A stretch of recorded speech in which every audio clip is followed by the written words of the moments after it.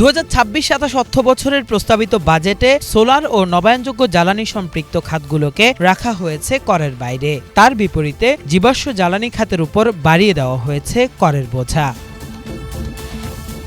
একইভাবে পরিবেশ বান্ধব ইলেকট্রিক গাড়ি আমদানির ক্ষেত্রে বিদ্যমান করভার 93% কমিয়ে দিয়ে 155.78% পর্যন্ত বাড়িয়ে দেওয়া হয়েছে তেলে চালিত পরিবহন আমদানির করভার। শুধু গাড়ি আমদানিতে কর ছাড় নয়, ইলেকট্রনিক গাড়ির চার্জার ও চার্জিং স্টেশন স্থাপনকেও এই বাজেটে অগ্রাধিকার দিয়েছে সরকার। এসব চার্জিং যন্ত্রপাতি আমদানিতে করভার 39.75% থেকে কমিয়ে 0% করার প্রস্তাব করা হয়েছে বাজেটে। সরকার বলছে পরিবেশ দূষণ রোধ এবং জ্বালানি নিরাপত্তা নিশ্চিতের স্বার্থে দেশের জ্বালানি খাতকে নবায়নযোগ্য শক্তির দিকে ধাবিত করতেই বাজেটে নবায়নযোগ্য শক্তির খাতগুলোকে এত ছাড় দিয়েছে তারা। তারেক রহমান সরকারের এই পদক্ষেপ পরিবেশ অঙ্গনে ব্যাপক প্রশংসা পেয়েছে।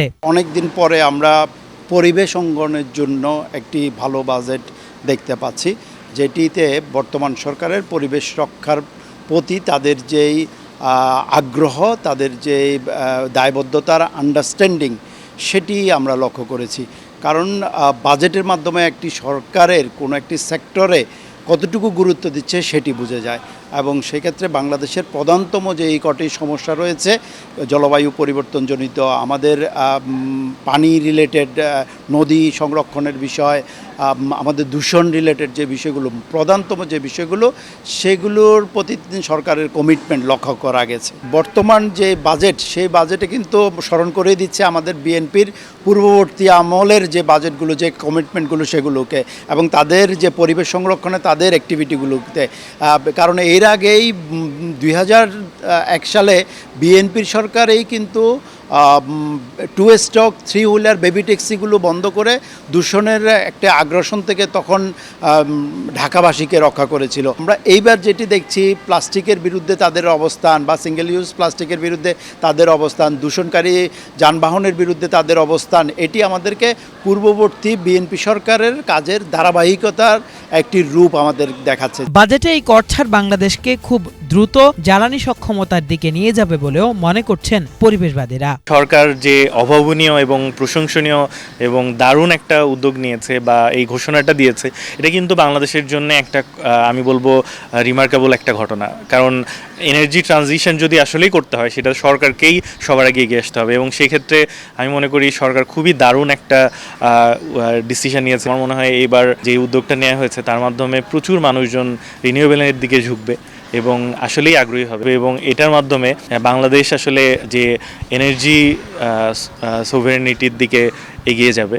এবং আমরা তরুণরা তো অবশ্যই চাই যে বাংলাদেশে একটা বড় ধরনের এনার্জি সোর্স হোক রিনিউয়েবল এনার্জি। সো সেই দিক থেকে আমি বলবো যে সরকারের পক্ষ থেকে যে এই ঘোষণাটা এসছে, এটা খুবই প্রশংসনীয়। তবে প্রস্তাবিত বাজেটে নবায়নযোগ্য জ্বালানি রূপান্তরে সরকারের আগ্রহ দেখা গেলেও অর্থমন্ত্রীর বাজেট বক্তৃতার সঙ্গে পরে প্রকাশ করা বিধিবদ্ধ আদেশ বা এসআরওর মিল না থাকা নিয়ে শঙ্কা প্রকাশ করেছেন সংশ্লিষ্ট খাতের বিশেষজ্ঞরা। বাজেটে বলা যেতে পারে যে আমাদের প্রত্যাশার চাইতে অনেক বেশি প্রতিশ্রুতি বাজেট বক্তৃতার মধ্যে এসছে। এটা খুব দারুণ ব্যাপার। আমরা ভীষণভাবে আপ্লুত হয়েছি, আনন্দিত হয়েছি, সরকারকে অভিনন্দন জানিয়েছি। ট্যাক্স ভ্যাট তুলে নেওয়ার যে সিদ্ধান্তটা এসছে, সেটা সত্যি সত্যি বাংলাদেশের রিনিউয়েবল এনার্জি এক্সপ্যানশনের ক্ষেত্রে খুবই গুরুত্বপূর্ণ ভূমিকা রাখবে বলে আমরা মনে করি। কিন্তু গতকাল সরকার একটা এসআরও দিয়েছেন, এটার সেই এসআরওটা আমাদের কাছে একটু কনফিউজিং হচ্ছে। আমরা ঠিক আসলে বুঝতে পারছি না যে বাজেটের প্রতিশ্রুতির সাথে এই এসআরওটা আমাদের কাছে মনে হচ্ছে ঠিক একই জিনিস না। এসআরওতে যেটা বলা হচ্ছে, যারা রিনিউয়েবল এনার্জি উৎপাদন করবেন তারা এবং আইপিপি এগ্রিমেন্টের মাধ্যমে সরকারের কাছে বিক্রি করবেন, শুধুমাত্র তারা সেই সুবিধাটা পাবেন, এবং যারা নিজেরা ইনস্টল করবেন ব্যবহারের জন্যে তারা এই সুবিধাটা পাবেন। কিন্তু আমদানির যে প্রক্রিয়া, যে জটিল প্রক্রিয়ার কথা ওখানে বলা হয়েছে, সেই প্রক্রিয়া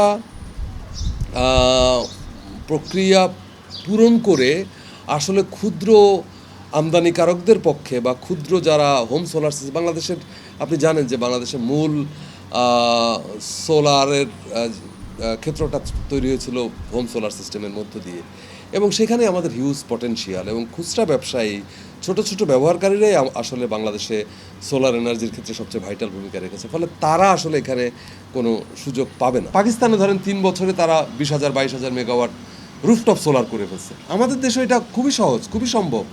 এবং আপনি যদি মার্কেট ওপেন করে দেন, ট্যাক্স ভ্যাট সত্যিকার অর্থে বাজেটে যেভাবে প্রতিশ্রুতি দেওয়া হয়েছে সেইভাবে তুলে দেওয়া হয়, আমি মনে করি যে যদি পলিসি এনভায়রনমেন্ট তৈরি করা হয় 2030 সালে আমরা 10,000 মেগাওয়াট ছাড়িয়ে যাব খুবই সহজে। এটা মার্কেটই আপনাকে ওই দিকে নিয়ে যাবে, আপনাকে খুব বেশি কিছু করতে হবে না, আপনাকে জাস্ট কতগুলো এনভায়রনমেন্ট তৈরি করে দিতে হবে। সরকারের লক্ষ্যমাত্রা অনুযায়ী নবায়নযোগ্য শক্তি থেকে 10,000 মেগাওয়াট বিদ্যুৎ উৎপাদন নিশ্চিত করতে হলে আমদানির সময় যথাযথ মান নিয়ন্ত্রণ এবং এই খাতে সুশাসন নিশ্চিতকরণ খুবই জরুরি বলেও মনে করেন এই বিশেষজ্ঞ।